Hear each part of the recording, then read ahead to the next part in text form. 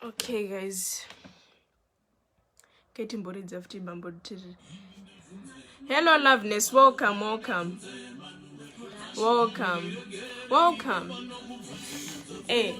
Saka takuda kutotanga manje. Namba dzamungakwanisa kufonera ndeidzi. Regai ndikuinyorere pascreen.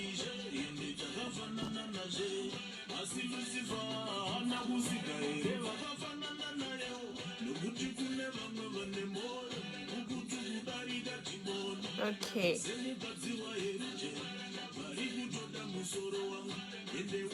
Anzi kiki truku kudaiwo.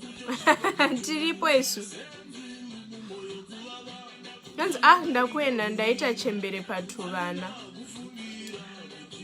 Tunaka kunzwa kaimimi. For example, vabereki variwo pano vakaendawo through this issue yekuti vabereki vanenge vachichoose between vana. Tuda kunzwa how you coped with this. Kuitirawo vana vari kuenda through this.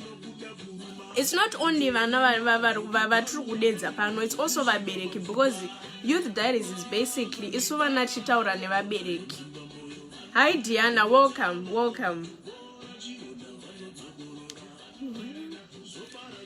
Vanda kufona kola in timbo discuss ambotudzawo how to cope in with this.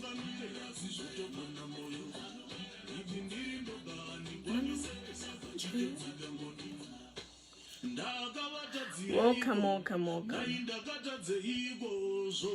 Tuna kunzwawo. Hello Tulani, mungaita were ma-advice amungapawo vana vari kuenda through this situation yekuti vanofila unga vari kuchuzwa pakati pavo nemasiblings avo nevabereki, because vamwe vanenge vachinzi uyu anokwanisa kuramba achienda kuchikoro umwe asingaendi.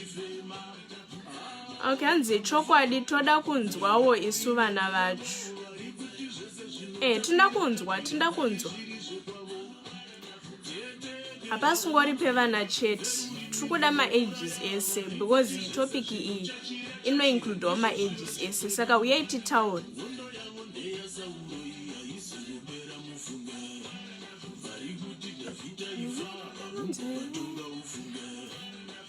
Anda kufona wachitiudzawo nyaya yake ngafono namba ndadzipina pa screen apa dze WhatsApp, so you can call pa WhatsApp.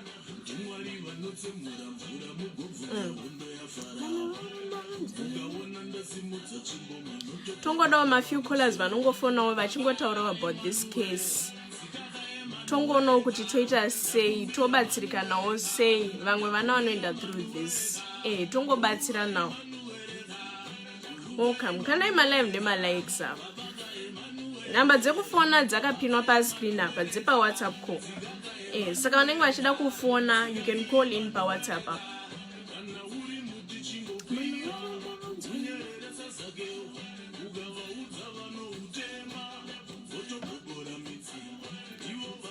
Welcome.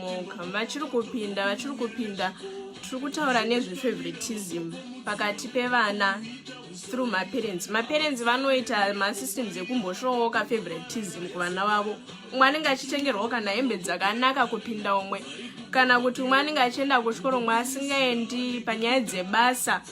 Umwe anenge achinzi aite basa more than umwe wacho. Saka toda kunzwawo kuti vana vanenge vari kuexperience this, how can they cope in, because zvinokwanisa kuaffectawo mwana pachake.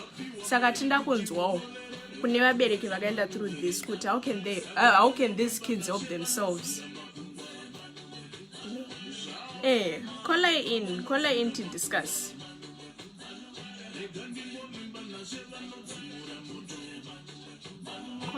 to discuss.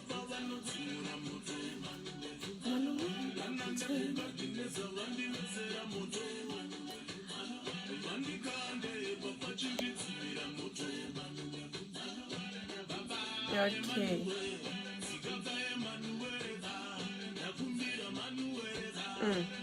Kolai kana kungoisawo ma-comments semafungiro enyu, kana kungoisawo ma-comments e-advice. You don't have to call him, munokwanisawo kuisa ma-comments muchitipawo ma-advice. Toda kunzwawo ma-points of view enyu, but kana pasina da kufona hazvina ndaba.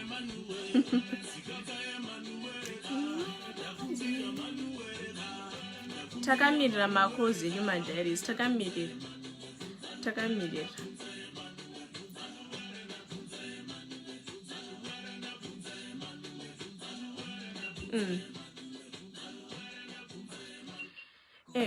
And I'll see you guys next Friday.